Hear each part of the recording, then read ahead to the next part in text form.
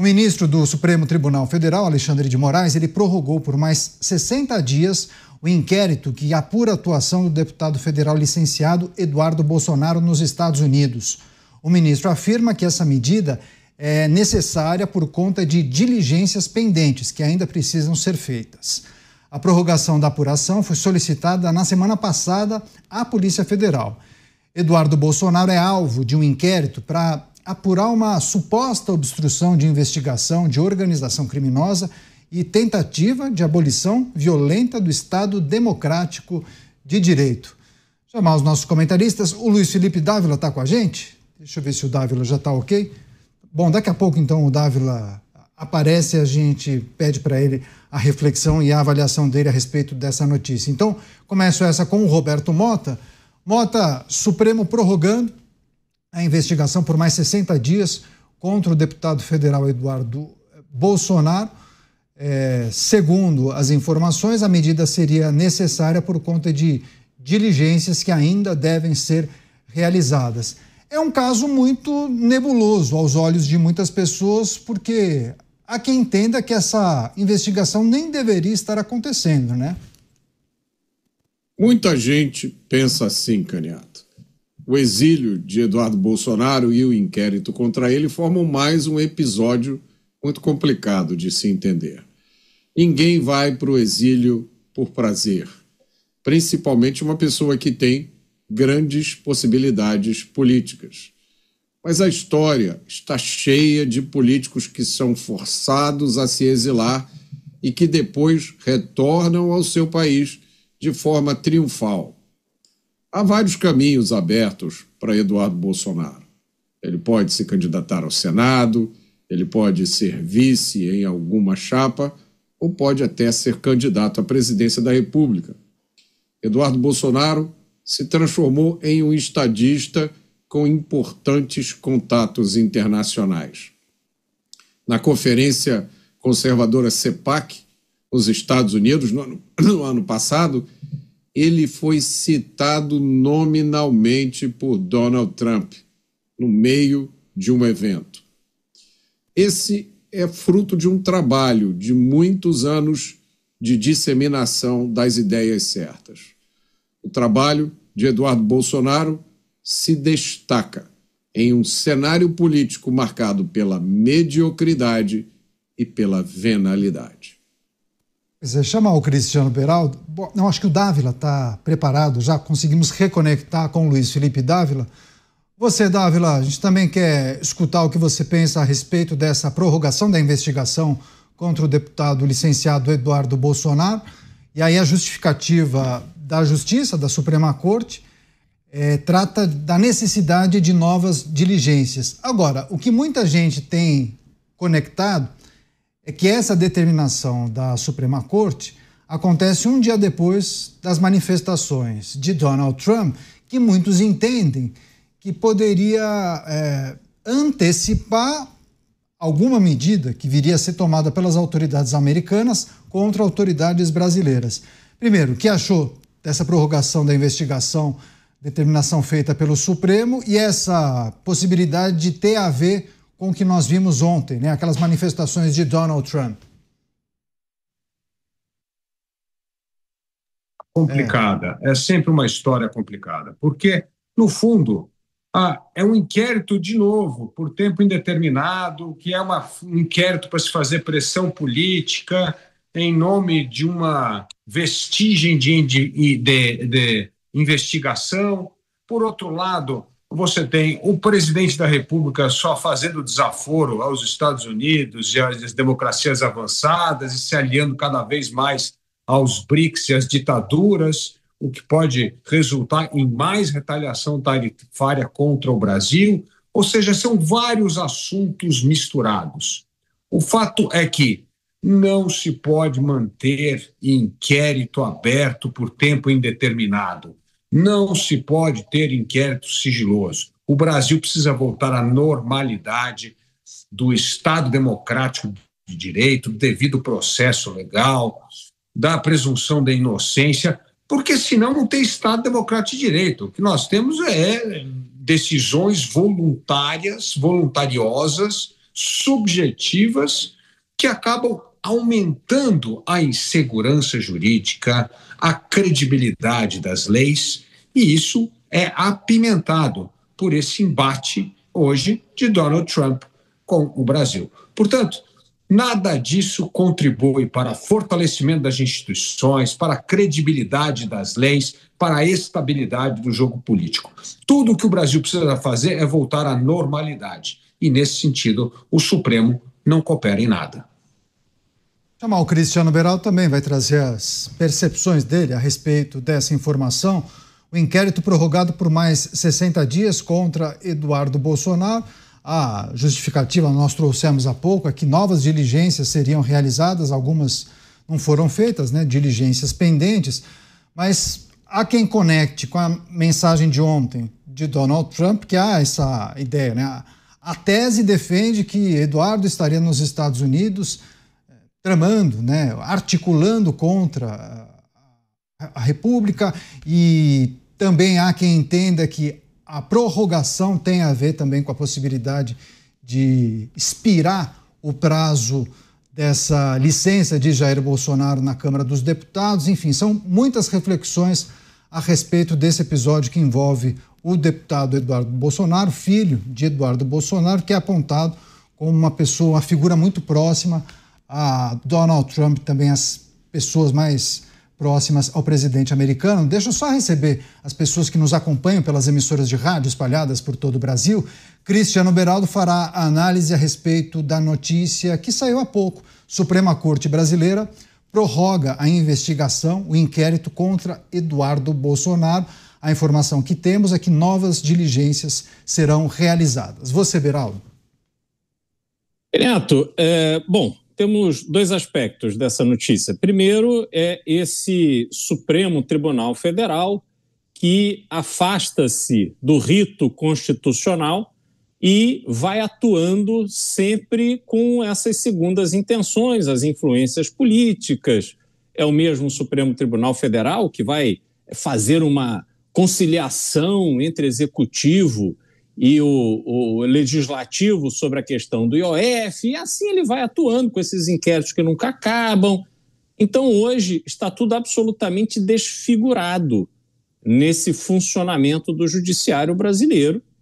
E, neste caso, por que não, convenientemente, estender esta investigação e deixar este personagem, que é Eduardo Bolsonaro, que sai, né, se afasta do seu mandato, vai para os Estados Unidos com o declarado propósito de pedir ajuda ao governo norte-americano para pressionar o judiciário e especialmente a Suprema Corte brasileira.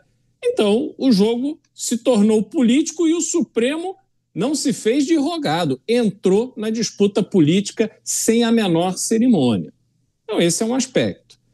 Entretanto, a gente tem a situação do próprio Eduardo Bolsonaro, que é importante a gente lembrar que Eduardo Bolsonaro ele não está exilado, né? O exílio, na sua definição clássica, é quando a pessoa é expulsa do seu país, ela é impedida de voltar ao seu país. Ele está autoexilado, ele resolveu ir embora, ele resolveu deixar o Brasil. E essa justificativa de que a situação para ele estava insustentável, isso não é verdadeiro. A gente verifica que o pai dele, que tem uma situação muito mais grave em relação à justiça, segue no Brasil, está aí enfrentando o seu processo, porque é assim que tem que ser.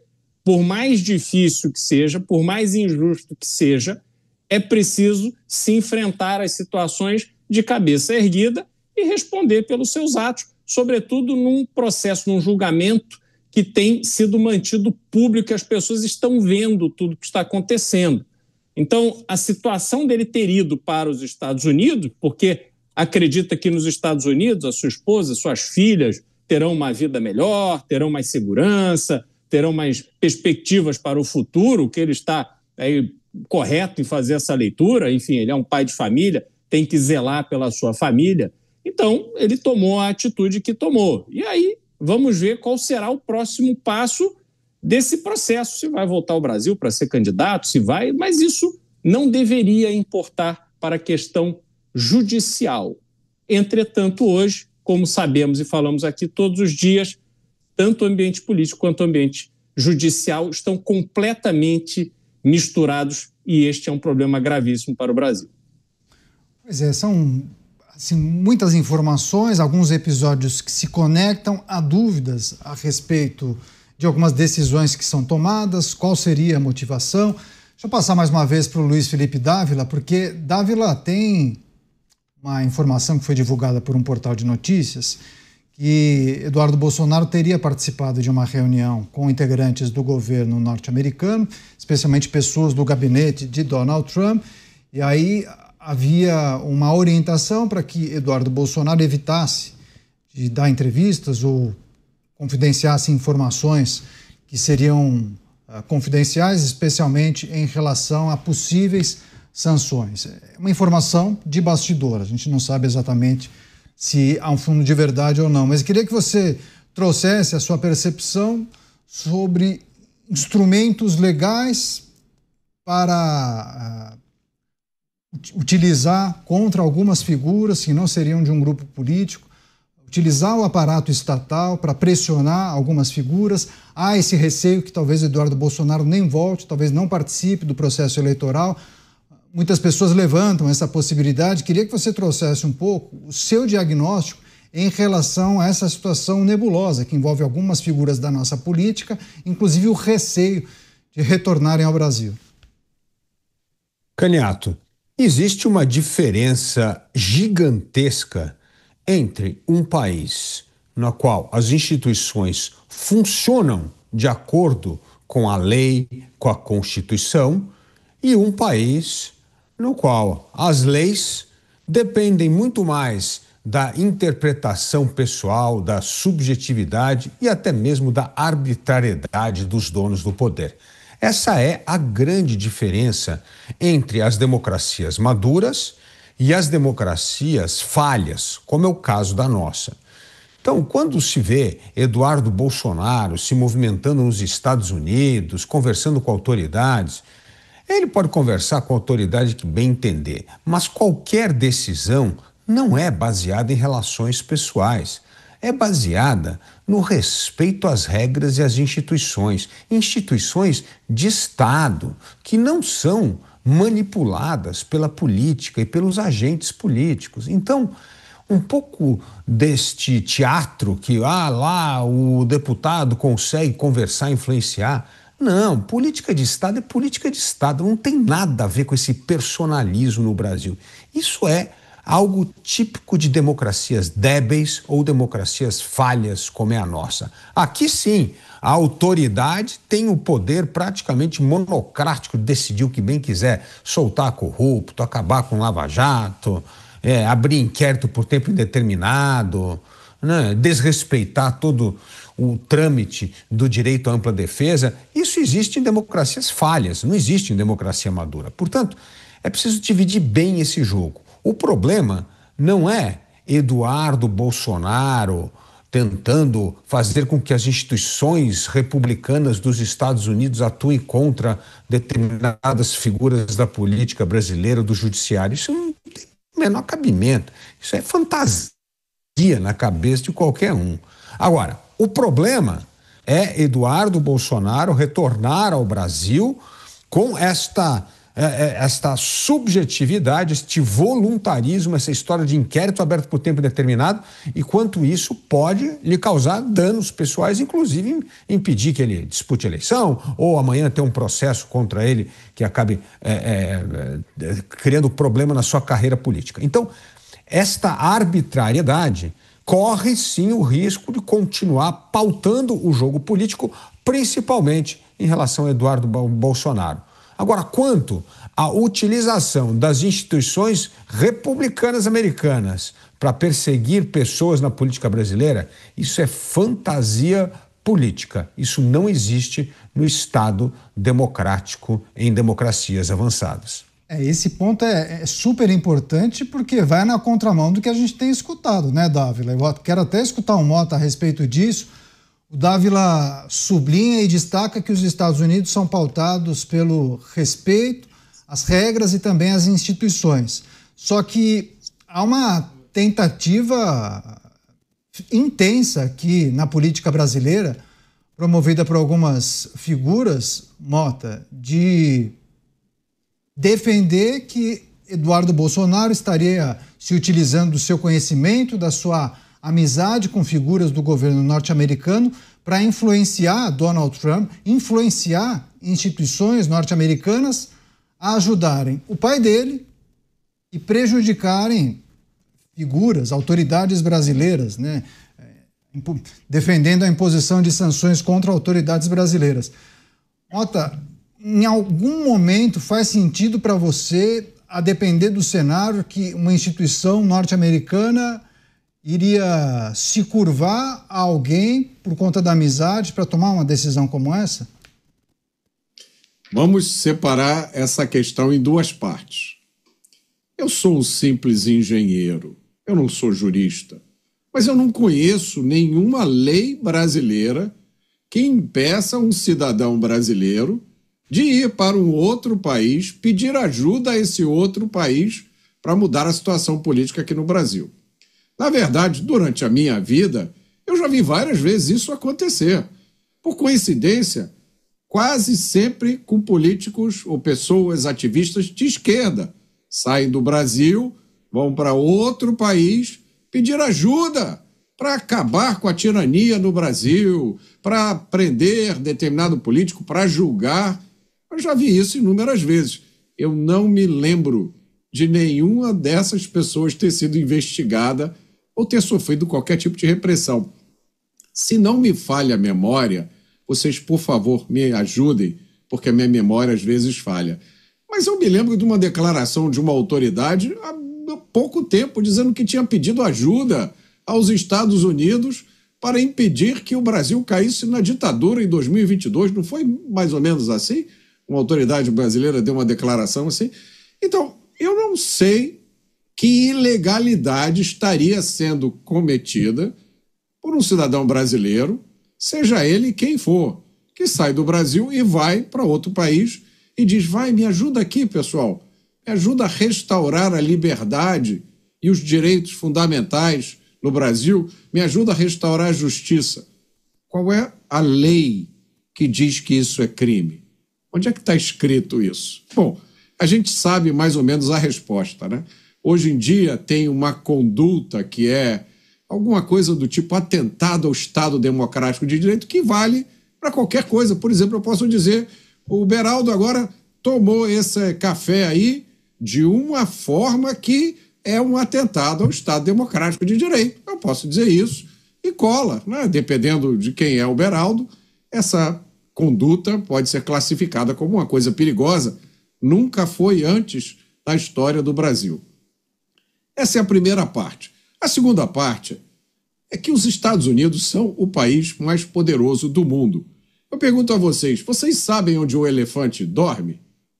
Resposta: ele dorme onde ele quiser. Então, os Estados Unidos conduzem a política externa deles da forma que lhes é mais conveniente, de acordo com a sua própria vontade. Era isso que acontecia durante o governo Biden.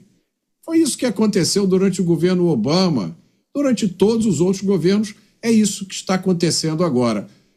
Os Estados Unidos não precisa que ninguém vá lá contar a eles o que está acontecendo aqui no Brasil.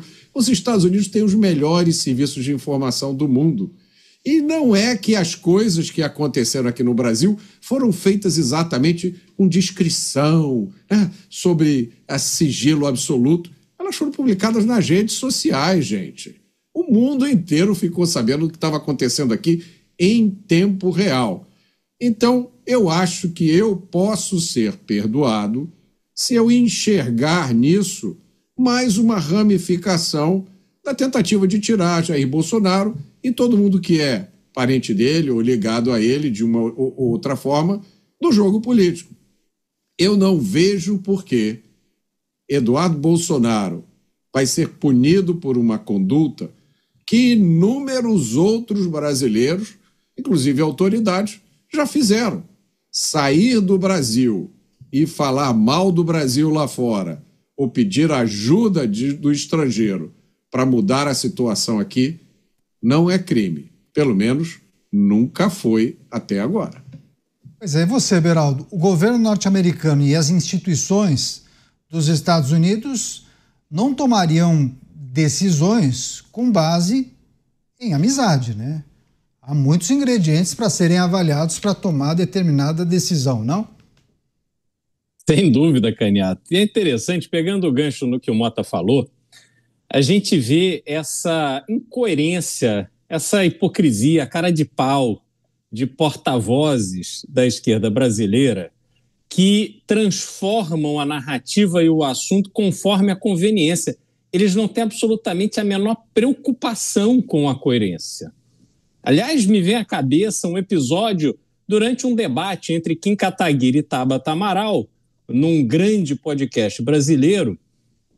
Kim Kataguiri disse que o nazismo era algo tão repugnante que a própria população alemã deveria rechaçá-lo de forma absoluta, a ponto de não ser necessário nenhuma medida legal para isso. Quer dizer, o ser humano deveria rechaçar o que aconteceu durante o nazismo. Pois bem, ele próprio, depois desta fala, foi taxado pelos defensores de Tabata Amaral, pela esquerda brasileira, como nazista. E teve que dar 1 milhão de explicações, enfim, até hoje responde sobre isso.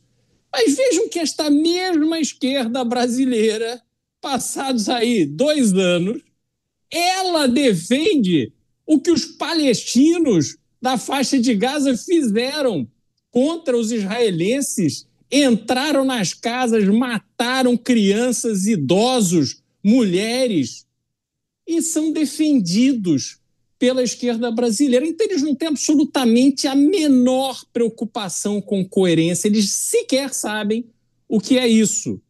A ex-presidente Dilma Rousseff foi a Nova York, usou a tribuna da ONU para dizer, ainda presidente, às vésperas do julgamento do seu processo de impeachment, para dizer que ela estava sendo vítima de golpe. Nos Estados Unidos, meus amigos e minhas amigas, estava lá a dona Dilma Rousseff acusando a política brasileira de aplicar um golpe contra ela. O que fez os Estados Unidos? Será que naquela época o governo americano olhou para esse discurso? Oh, companheira Dilma, isto é inaceitável, somos defensores da democracia, vamos mandar os nossos porta-aviões, vamos invadir Brasília e impedir que você sofra um impeachment injusto? Ou será que o governo norte-americano passou a mão no telefone, ligou para o seu embaixador no Brasil, em Brasília, e disse, me faça um relato do que está acontecendo?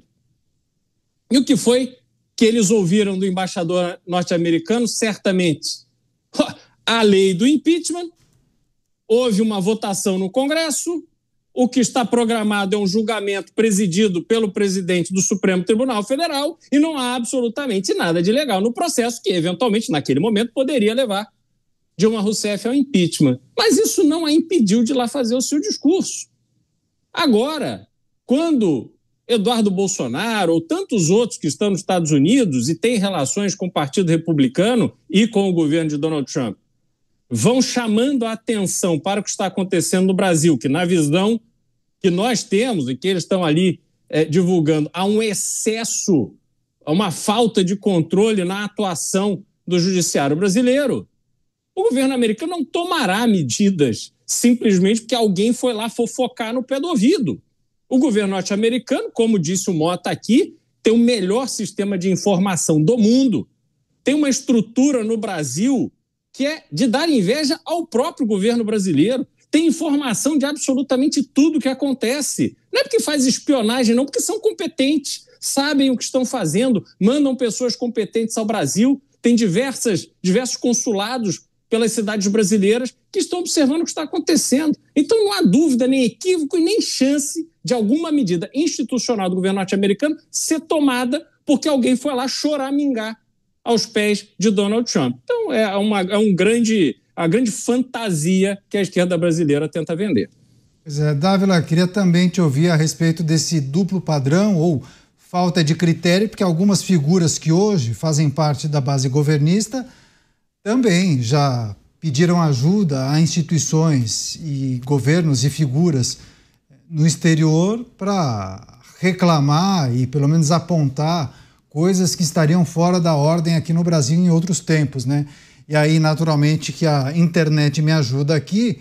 Em 2017, o então advogado Cristiano Zanin foi à Inglaterra e à Itália justamente para denunciar a tese do judiciário, à época, que não estaria garantindo os direitos constitucionais ao atual presidente da República e defender que ele estaria sendo alvo de uma perseguição política.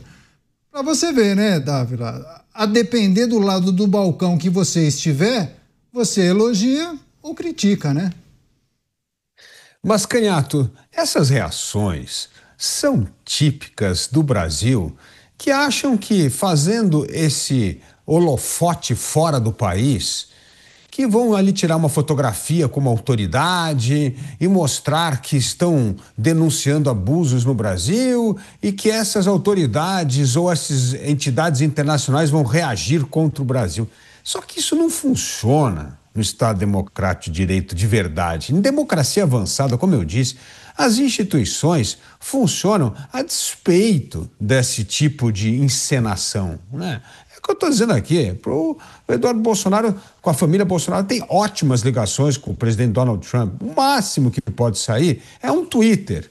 Mas punição, ir para cima, tem muito mais chance dos Estados Unidos retaliar o Brasil e a Suprema Corte brasileira em relação aos desaforos, decisões desaforadas que atrapalharam a vida de empresas americanas no Brasil, do que a influência do deputado Eduardo Bolsonaro, entendeu? A gente tem que entender que numa instituição de Estado as coisas não andam sobre pressão, ligações pessoais ou amizades pessoais. Isso não vira política pública, isso é coisa de país subdesenvolvido, isso é coisa do Brasil.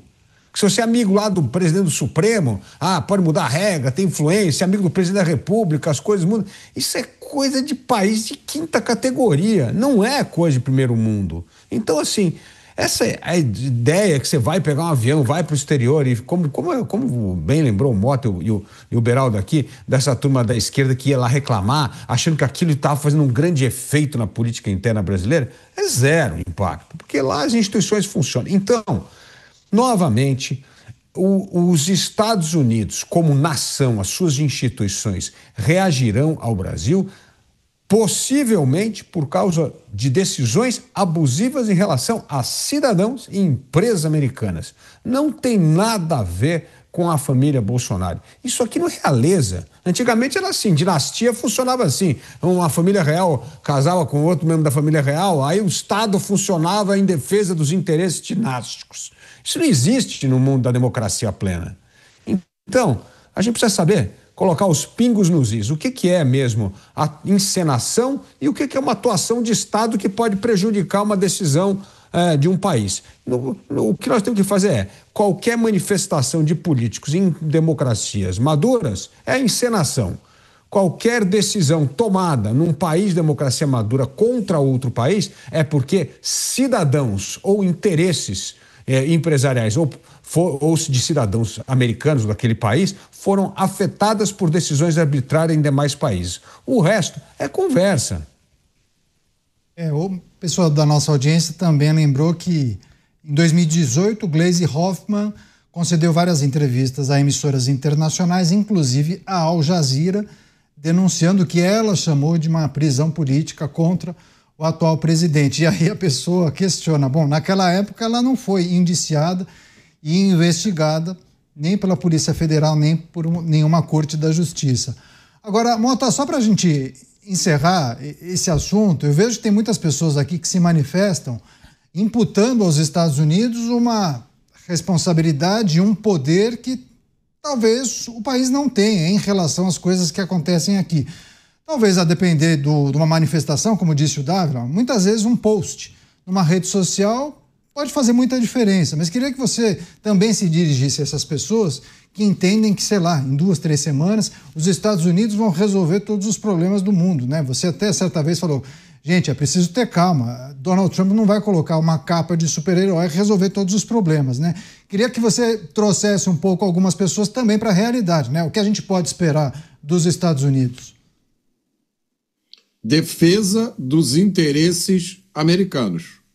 É isso que a gente pode esperar dos Estados Unidos. Eu sei que tem muita gente que está amarga, desesperançada, e aí vê essas notícias, lê aquele post que Donald Trump fez e se anima.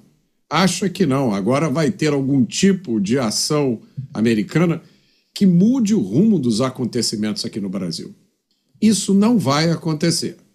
Eu acho que o que vai acontecer são ações pontuais, o que pode acontecer. Deixa eu mudar as minhas palavras.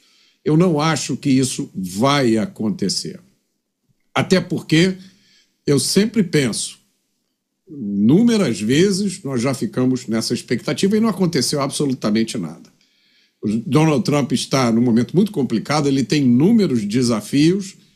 Esse não deve ser o 20º, nem o 30º, nem o 40º. Esse deve estar lá no fim da fila, esperando o momento em que ele tem algum tempo livre. Eu vou ali tomar um café, vou dar uma tacada de golfe e vou retomar aquela decisão do Brasil, na hora que me der vontade. Quem vai resolver a situação do Brasil são os brasileiros. Não existe nenhuma chance da gente sair do beco sem saída onde o Brasil voluntariamente se colocou. E quando eu digo Brasil, eu quero dizer o Estado brasileiro, não o povo brasileiro. O povo brasileiro não tem nada a ver com essa confusão. Mas o Estado brasileiro se colocou num beco sem saída. Agora, alguém aqui vai ter que ter bom senso, uma visão do que está acontecendo para sair do beco sem saída. Não vai ser o Donald Trump que vai retirar a gente. Então, eu acho que a gente tem que ter muito cuidado com essa expectativa inflada. O que a gente pode esperar é isso dos Estados Unidos, é uma defesa dos interesses americanos que, em determinados aspectos, pode significar, sim, uma defesa dos interesses do povo brasileiro. Como, por exemplo, quando a gente vê esse festival de absurdos que agora estão empacotados sobre esse nome dos BRICS, né? Que o BRICS parece que quer virar um G20 do mal. Então, talvez, né, um despertador que toque e acorde algumas dessas pessoas, que elas não podem dizer o que elas querem, do jeito que elas querem, e achar que vão criar uma nova ordem mundial. Não é assim que a banda toca, companheiro. Nesse momento, sim, eu acho que uma intervenção dos Estados Unidos pode ser muito benéfica para o Brasil, mas não, jamais, intervenção dentro do Brasil. Isso, meus amigos, meu caro espectador, meu caro ouvinte, isso é tarefa dos brasileiros.